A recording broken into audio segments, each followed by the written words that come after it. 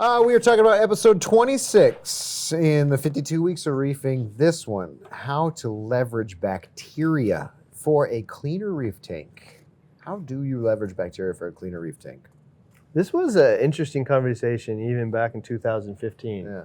But I gotta tell you, I don't know how, there's been an evolution that has happened between here and 2015. But there is a lot of naysayers. There are a lot of resistance to change here. There is, this one is a very interesting thing because leveraging bacteria for a cleaner reef tank. Something I can't see. It's something that doesn't happen immediately. It's hard to wrap my mind around. It's very easy to accept it. Immediately go to snake oil. Yeah, 100%. Right? Okay, so here's the core belief with leveraging bacteria for a cleaner reef tank. Bacteria in a bottle might just be the next frontier. Wow. I'll say it one more time.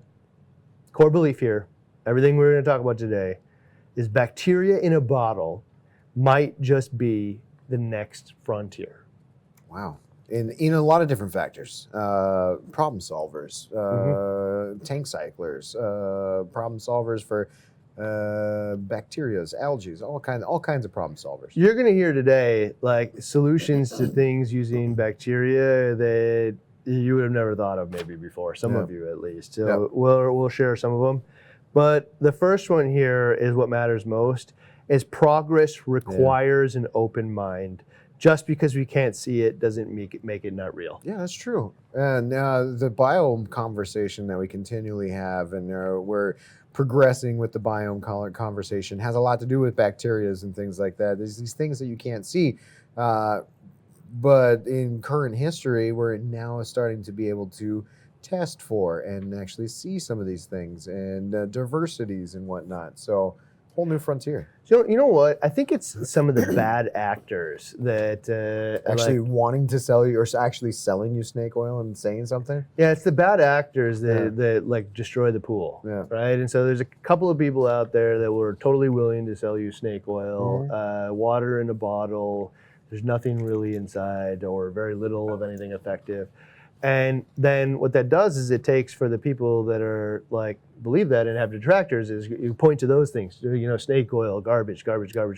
So the answer then it becomes is 100% of it garbage and snake oil?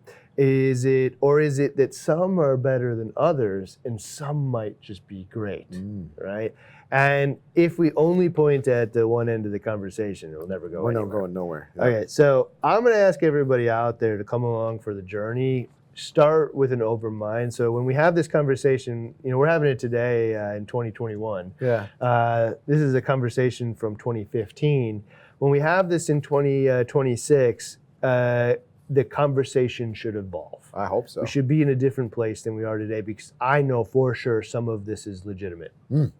All right. What matters most is that there's confidence in that there is such a thing as biome in a bottle. Not confident which one's the best, but there is such a thing, there will be such things as biomes in bottles. I am confident that you will find biome in a bottle, meaning that you can cycle a tank not just for nitrate or ammonia, but you'll be able to cycle a tank in a way that fights off pests with either biome in a bottle or bottles. And it will be a really quick, high percentage, easy solution. I believe that some of them probably already exist. The community just hasn't embraced it entirely yet. I'm not confident yet which one is best. No, we're actually kind of in the middle of some testing like that. Well, sort of. We have done tests like that. We're gonna revisit those tests. I think right now we're doing biome on various types of medias and rocks and stuff in 12 different tanks. The next stage will be, all right, how do we do the same thing with biome in a bottle? Does any of it work? Which ones work better? We'll find out the answers to those questions, share them with you guys. And then what we'll do is, all right, now that we know what the medias work, what kind of biomes in a bottle work, how do we use that information to create the 95% success rate for anybody that decides to start a new tank? Tank's smooth, it's easy, has very few pests, very few problems, easy ride that none of us ever had. Nobody has had. You know what I think of is I saw this thing on Tony Hawk, and he's like, super pissed about the fact that everybody is doing 360 kick flips or whatever off of a half pipe into a foam pit. And he's like, dude, when I wanted to do a trick for the first time, I'm gonna look down that half pipe. I know full well I'm gonna get a mouthful of coping. I'm gonna hit, and I'm gonna do it 20 times. I'm gonna break my arm trying to do this thing. It doesn't matter. I want to do it so bad. Now you get to practice the rotation 600 Muscle times memory. into a foam pit, and then go do the actual trick afterward. Yeah. Like, yeah, I can see why. I guess I'm going to be bitter too, but all the challenges that we had in reefing, and, like, we're going to dispel it all. Like, here's a biome in a bottle. Here's the path. You'll never have any problems. Go enjoy your reef tank. He's just as successful as everybody else. That's actually the mission, and I'm sure that when Tony Hawk was watching that, he's watching all the kids that love skateboarding and how much more accessible it is when you don't have to eat coping every day. But yeah, I think about that all the time. Yeah. So confident that there is a biome in a bottle, not confident which one's best. These next two are, I can see, are part of the reason why it's so hard to follow along with this bacterial conversation. First one being, what matters most is that many bacteria need to be dosed. I'm talking regular basis, dosed, because they're freshwater bacteria. They do not naturally replicate in salt water, and the only way to keep their populations up is to continually dose them. So that's the question: is like, well, if there's food in here and there's bacteria, why do I have to dose it? They grow, yeah. Well, it's because it's a freshwater bacteria that doesn't replicate in seawater. Yeah. That's what answer. It is. Does that make it part of a natural biome in some cases? No. Does it mean that it's a solution to your problem that you couldn't beat or have difficulty beating otherwise? Yep. Yeah. Yeah. And so I'll give you a good example, actually, of before Vibrant, I had never seen a solution to eradicate bubble algae from a tank. Mm. And then, like, if you had bubble algae, you're going to have it forever. You could maybe get some organisms that like to eat it, and it'll keep it at bay a little bit. Emeralds, maybe they work, maybe they don't. Sometimes. But now, with the advent of Vibrant, dude, you dose that stuff for a couple of weeks or a month, and all of a sudden it all turns silver and just goes away. Does that mean it's natural biome in the tank? No. Does it mean that bacteria in the bottle might just be the next frontier? Certainly is for that. Yeah. Solve that mega problem in its entirety. It's super easy too. All right. And anybody that I know in this industry that has been doing this for 20, 30, 40 years, like, and they've seen bubble algae and they've never seen a real hardcore solution that works all the time. Like, wow, I didn't know. Yeah. Yeah, there you go. Second one, same thing. Many bacterial products or bacterias need to be dosed, again, because they are just outcompeted by something else. Eventually, their population will get overran by something else, and so to keep the population up, you have to keep adding more. That one, is interesting because it's like it's dosing the zeobac and stuff like that to those tanks, and they're just like, hey, dude, the population of this stuff doesn't maintain high enough for the purpose and the way that we use it naturally. We have to dose it. Like, huh? I mean, I don't know. I guess I'm not a marine biologist. I'm not a microbiologist, and it doesn't really 100% pass the sniff test to me, but I also watch the people that dose those things, and often they have some of the most spectacular tanks there are. So the net result, like the Zeovit tanks that are dosing that stuff, the Zeobac, awesome. So whatever they're doing, man, is producing what I want. No. All right, so what matters most?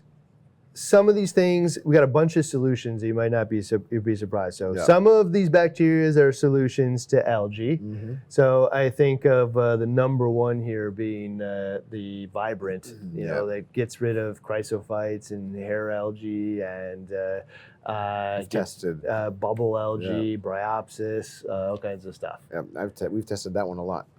Boom, gone. In fact, may prevent it from even getting there to begin with. Some of them are some of these bacteria things are solutions to slimes like cyanos. Yeah, the KZ one is a bacterial solution. Mm-hmm. The ChemiCleans of the worlds and stuff like that's an antibiotic. I don't know for sure what's in there. People theorize it's antibiotic. Some people theorize it's like some kind of carbon dosing thing.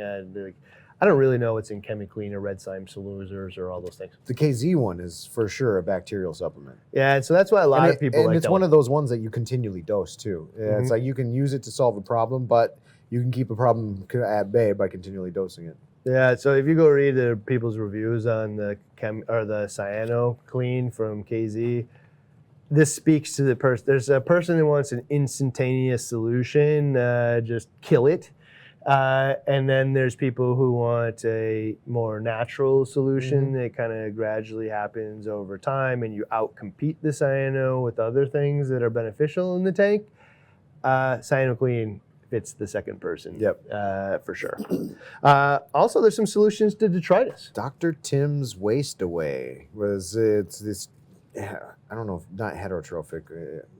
Can't really tell. I can't forget the differences between those two. But there's bacteria that actually go out there and seek out like detritus and organic materials that are just kind of sitting there decaying, and chew them up, eat them up, get rid of them. Use them as fuel source for themselves. So this is an example. I don't know for sure if Waste Away is this, but I believe it probably is. There's a lot of freshwater type bacteria that are really aggressive about organic waste and breaking them down super rapidly, even further than they were already broken down.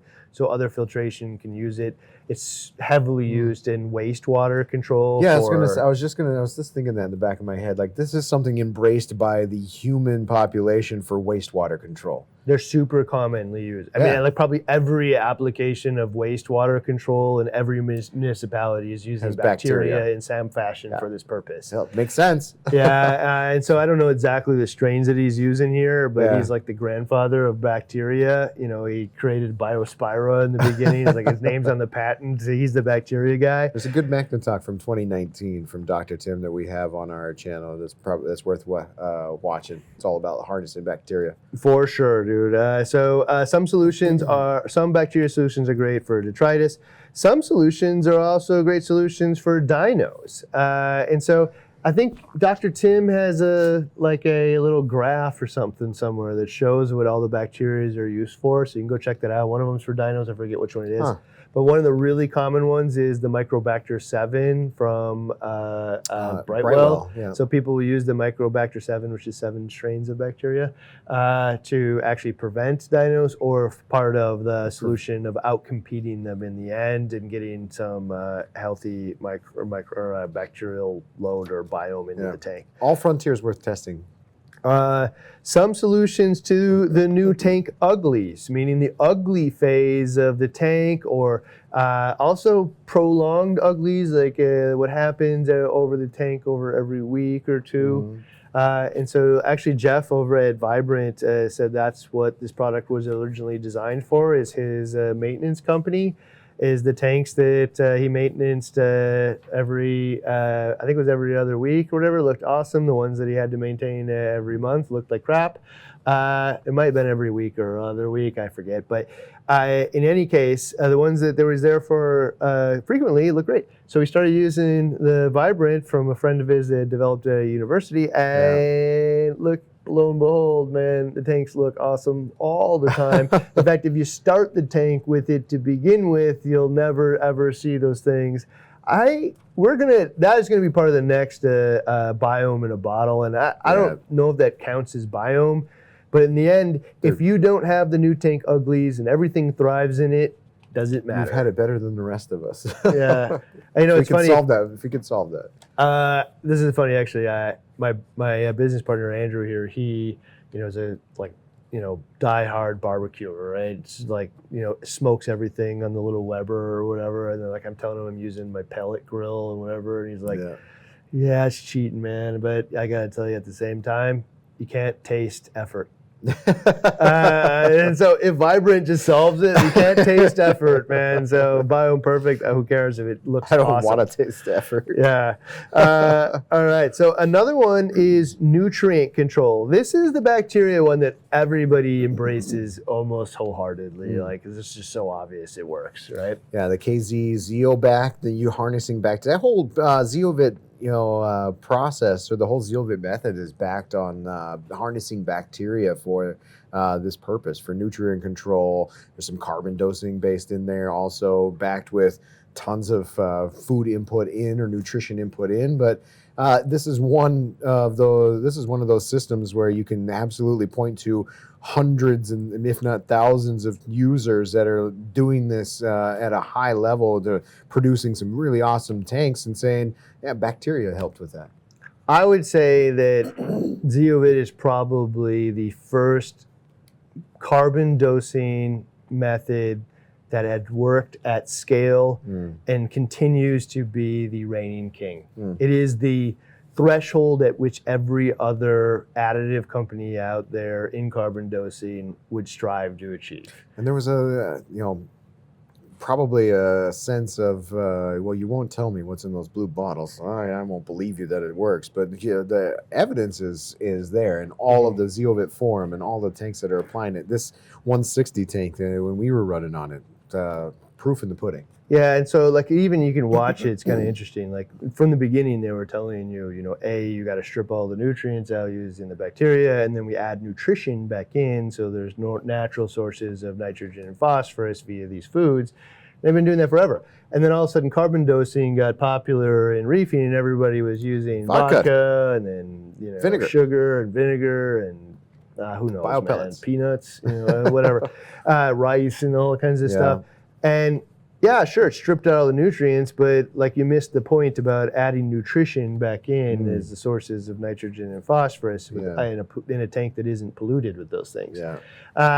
All right, so you put it all back together. So yeah, there's lots of them now. NO3, PO4X, and the Reef Energy A and B and stuff from Red Sea that fits that bill. I would say that Tropic Marin is now like a up-and-comer. If you go look at all of the bacteria solutions they have, Lou has totally different approach. There's some speeches by Lou from Tropic Marin about the carbon dosing that are just worth watching and help you understand what you're doing with carbon dosing. There's definitely more intelligent manners to do it. So I would go check out Lou's videos as well on YouTube. Dr. Tim for sure too. And Dr. Tim, but like if I was going to do carbon dosing and I wanted to know that I had the highest percentage path to success, I would emulate those that came before me for decades. I don't think anybody has beat KZ at this point or even really close on the bacteria, leveraging bacteria for a cleaner tank. That's the method. Yes. All right, so hard lessons. About bacteria. Bacteria for a cleaner reef tank. First one is, you're hearing this over and over again. Resistance to these concepts is what's holding us back. Let's get past that. Yep. Another hard lesson is, Jeff gave us this one that is really good. What took you 6 months to have cause in your tank should take you months to get out as well. Yeah, a solution that solves your problem instantaneously, but it took you 6 months to get there, not likely the best solution. If the result is your tank is filled with all kinds of gunk and slimes and algae, and it took a year of terrible maintenance to get there, if you're hoping you're going to go use a product that is going to turn that around in a week, not only will it not likely do that, and you'll be disappointed, but also even if it did, it would probably be really bad. Yeah. You don't want all that stuff dying all at once. You don't want all that, despite what you think you want, you do not want that. And so that was really helpful for me is like... Yeah, this was an eye-opener. That was an eye-opener thought that he shared with us, is that, of course, 6 months to get there. Why not 6 months to come back? So things like the Vibrant, it just be like what you'll see is like, oh, I put it in there and it seems to start working. Well, would it more be better then? Right? Nope. Like, I mean, I'm a total. I love hammers. Like speaks to me. I want more is better. I'd like to do it faster, right? if 2 tablespoons is good, then 16 must be great. So the problem is that isn't true. And so if you see it is working, don't try to speed it up. Just ride that wave, man, because in a matter of weeks, it'll happen slowly, eliminate the problem. So it took you 6 months to get there. Let it take a couple months to get out. And just be happy with the progress that you're getting and that you're doing it the right way instead of, well, if it works now, what if I dumped in tons of it? Because tons of it might not have the desired effect. Yeah, not made for that purpose. A whole purpose. Variety of different things. So. Another hard lesson we learned is that carbon dosing, the dose, is very hard to nail down. And how would you know if you overdosed? I did some carbon dosing, quote unquote, blind carbon dosing back in the day when I was like, I've got vinegar around the house. I'll add it to my kalkwasser ATO. Not only is it going to increase the saturation of my kalkwasser, but I'm going to get this nitrate type lowering benefit here because I'm carbon dosing. The problem is how do you know how much to even use or dose? Or if you're going to put vodka or vinegar, or if you were going to put like bio pellets on your tank, how much do you use and when do you change it, and what's the measurement of success? That's why I think carbon dosing shouldn't be considered a tool. It should be considered a method that has everything wrapped around it. Yeah. Right? Is because it is a little bit of a mystery box. It works fantastic, but like there's a lot of moving levers into it, and like the reality is if it took 10 milliliters of this stuff to be able to control the nutrient levels in my tank, what would happen if I dosed 20? Well, there's nothing there to use it anymore. Yeah. I used it all up to get it down to the nitrogen and phosphorus down to 0. So I'm essentially just adding an extra 10 milliliters of organic carbon to the tank every day for the next 365 days. What does that do when it builds up? What's the net effect of tons of organic carbon building up in the tank? And does it build up that way? I don't know. Yeah, there's a relationship between nitrogen, phosphorus, organic carbon. There's a natural balance in the ocean. Really hard to adjust each one of those levers in our little tanks. Yeah, and then you think about the ratio of 0 nitrate, 0 phosphate, and tons of organic carbon? Organic carbon probably going to cause a problem. I have no idea. Yeah. It's worth testing. Okay, so that's why, when you work with things like KZ, you end up with a whole community that has been testing this for the last 30 years, and they've come up with starting doses that you work your way up. And you start doing it from the beginning. This isn't some knee-jerk thing I did where all of a sudden my nitrate and phosphate are off the hook. So rather than do water changes or anything, I'll just dump vinegar in the tank to get it down. Yeah. Well, man, I don't think that you're going to get the desired result out of that the way that you want. At least I don't think you're going to find high percentage repeatable results that way. And there'll be some people that it works out for whatever reason. Maybe they're maintaining their tanks different than other people. But a lot of people, that will not go well. Your tank is a big giant ship. It's hard to steer 90 degrees quickly. Hey, in that spirit, also, I'm going to put one last thing on that piece then. So you never know if you overdose. So if you happen to do it that other way, which is I have really high nitrate and phosphate and I want to start carbon dosing to get it down, still suggest you just water change it out and then start from that point, start a new system. But let's say you just don't want to listen to me on that front and you don't want to do the water changes. So then make sure that you know that if it took 10 milliliters a day to get it down, well, it's probably going to take a fraction of that every day to maintain it. So once you get to 0, you might actually only need 1/10 of what you did to get there. Still water change it out, then start is a better path. This next one's for you. Oh. Bio pellets, hard lesson. This isn't a hard lesson. I don't know. Bio pellets are just not for me. They're not for me either. And it was one of those things where when I was researching and first getting into the hobby, I was like, man, there's carbon, there's GFO, there's bio pellets, there's all these skimmers, there's filter socks, there's all these things that I have to use because I wasn't told which ones are actually beneficial and which ones do I need. I never did use bio pellets, but I also don't think I would. Here's the thing. I know they exist. I just don't know that many people that have epic bio pellet tanks. So I don't look to my mentors, and I don't have many mentors. There's probably a few out there, but not some that you can point at and go, oh, all those bio pellet tanks? It's just in my circle. I know they exist. Yeah. I know there's really awesome bio pellet tanks out there. Just in my circle, I haven't seen them, so I just don't emulate them. Yeah. I also have a little, I understand the carbon dose of 1 milliliter a day of adding it. Having this kind of weird infinite source of, not infinite, but a lot of organic in these pellets just tumbling around in there. No way to kind really of hoping that it. It's self-controlled. It just doesn't speak to me. Yeah, I agree. I get that people use it effectively. It just doesn't speak to me. There's just other options out there that have. I trust something that tells me like the KZ, like the No-Pox, like Tropic Mare and stuff. I would just rather put my trust in somebody that tells me, or something that tells me exactly how much to dose and when and what frequency, and then take it from there. Like, I don't want this unknown. Throw a couple cups of vodka in your ATO, or throw some bio pellets in the reactor and hope it works. I would rather some finite direction. It's kind of like one of those things. It's like that recipe thing. It's like, yeah, we made some cookies. It called for a teaspoon of baking soda, and we just put in 3 to see what happens. See what happens. No, nothing good happens. Not a good. You know, the one place that I don't know if I would do this or not, but the one place I might think about bio pellets would be a fish-only tank. Okay. You know, like I might try it there just to see if I could maintain low nitrates and phosphates in a system that it's intentionally designed to be lower maintenance. Yeah, and when the only goal of the tank is just fat, happy, healthy fish, I'm less concerned. I don't know. It'd be something. It'd be interesting. I'm just saying that there's one area where I'd be open-minded. I still don't know if I'd do it. Because you're thinking about putting up a fowler, though, aren't you? I'm almost certainly going to do it. If we do it here, we don't do it here. I'm going to do it at my house. I want that for myself. Yeah. You know what it is. Actually, I was just thinking about this yesterday. Is the first thing I'm drawn to at every display in a zoo, or even when I'm snorkeling, is eels. Don't know what it is. I just like eels. Yeah. Right?